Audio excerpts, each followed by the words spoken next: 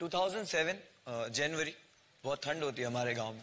तो मुझे याद है सुबह कुछ 7 बजे का वक्त था। मेरी दादी ने मुझे उठाया और मुझे बोला कि जल्दी उठ और तेरी मम्मी को कुछ हो गया, उसको हॉस्पिटल लेके गए।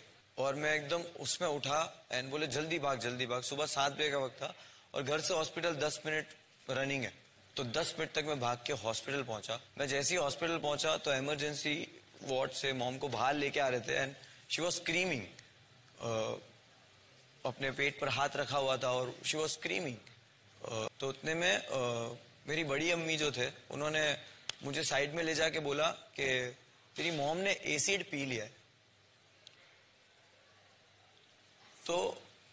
तो मैं उस वक्त बोला कि तो बोल क्यों नहीं रहे ऐसा। तो बोले ऐसा बोलेंगे तो हम सब प्रॉब्लम में आ जाएंगे। लाइक नहीं, मैं भागकर वो जो मेरी खाला की बेटी थी वो उसको जाके मैंने बताया कि सुनो ऐसा हुआ है। तो she was very shocked. She was like कि पहले क्यों नहीं बताया, उसका ट्रीटमेंट होता है तुरंत, वो दूध दिया जाता, कुछ चीजें होती है। तो जैसे ही पता चला उनको डाला ऑब्जर्वेशन में, फटाफट सारे डॉक्टर्स आए, ये आए वो आए। ये सुबह 7 बजे से लेकर दोपहर में 2 बजे तक चल रहा था। 2 बजे तक जुम्मा का दिन था। I remember I am holding her hand. सब लोग जमा हो गए थे, बहुत सारे लोग, पूरा मोहल्ला था हॉस्पिटल के बाहर। बट मुझे पता नहीं था कि क्या होने वाला है। आई वॉज वेरी ओके कि अभी हो जाएंगे ठीक, अभी ठीक हो जाएंगे वो। तो एक मूवमेंट आया जिसमें डॉक्टर ने आपस में बात करी। मैं देख रहा था उनको और उन्होंने बोला कि तू हाथ छोड़ दे। तो मैं बोला हाथ क्यों छोड़ू। तो बोले हाथ छोड़ दे। मेरे को जबरदस्ती हाथ छुड़वाया। तब मुझे पता चला कि उनकी डेथ हो गई है। मुझे वहां से लेकर निकाला। आज भी मुझे ऐसा लगता है कि अगर मैं जाग रहा होता या उस दिन जब मैं रोज मेरी अम्मी के पास सोता था, उस रात में जस्ट बिकॉज मोहर्रम थी और कुछ फेस्टिवल टाइप था तो मैं नीचे दादी के पास सो गया था। तो अगर मैं वहां होता और जल्दी पहुंचता तो वो चीज बच सकती थी। द सेम टाइम मैंने रियलाइज किया कि डॉक्टर पोस्टमार्टम में बोले कि इस औरत ने 7-8 दिन से खाना नहीं खाया और ये उनके पेट में कुछ नहीं है, उनका पूरा सब बॉडी का सिस्टम बहुत बुरे लेवल पे है। तब जाके सब चीजें रियलाइज हो रही थी। एक 22 साल का एक मैरिज लाइफ उनका बिल्कुल खुश नहीं था। पूरी लाइफ पूरा बचपन मैंने अपनी माँ को मार खाते हुए देखा, या पूरा बचपन मैंने अपने घर में सिर्फ झगड़े देखे।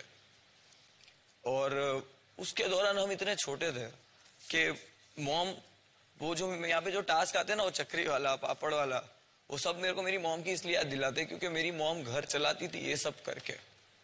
डैड अपनी ही दुनिया में थे मस्त, वो अपना ही सब करते थे। तो आई रिमेम्बर वो चक्री बनाना मेरे को इसके लिए आता है क्योंकि मैं बनाता था। पापड़ बनाते थे वो हम बेचने जाते थे। तो ये मॉम करती थी और डैड का लाइफ एकदम अलग ही था। डैड दादी सबका अलग था। उनको उतना इज्जत कभी नहीं मिली उस घर में। मॉम को ऐसी लाइफ वो जी रही थी। प्लस मेरी एक बहन ने अपनी मर्जी से सिर्फ शादी की थी मेरी मॉम की 2 महीने पहले उनकी डेथ के। तो उस बहन की शादी का ब्लेम पूरे घर ने मेरी मॉम पे डाला।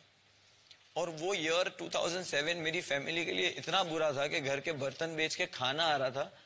मेरी मॉम पे बहुत सारे प्रेशर थे और उसमें से सबसे बड़ा प्रेशर एक ये था कि उन पे 3,500 रुपए का कर्जा था। वो भी घर चलाने के लिए उन्होंने वो कर्जा लिया था। और वो आदमी आके गेट पे खड़े रह के बोलता था कहाँ है वो, मेरे पैसे नहीं मिले, ब्याज का पैसा है, 700 रुपया देना है ये महीने का।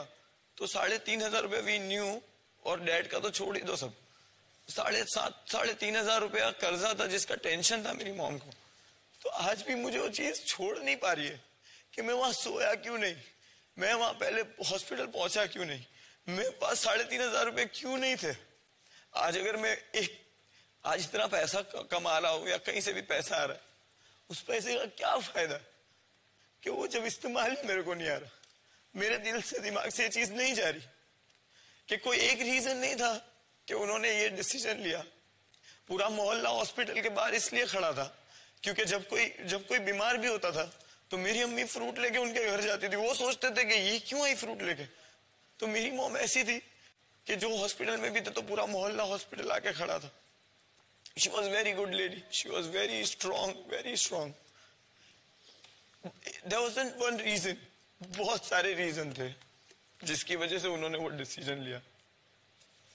एंड आई फील कि मैंने पूछा क्यों नहीं उनको। जब मुझे याद आता है कि 2-3 दिन से वो चुप चुप बैठे रहते थे, तो मैंने एक भी बार उनसे पूछा क्यों नहीं। तो I think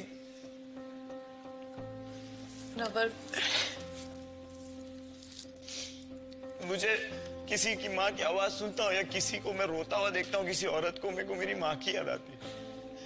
The reason I don't like fighting, the reason I don't want to fight with anyone, मेरा पूरा बचपन झगड़े देखते हुए गुजरा है। मुझे नहीं चिल्लाना।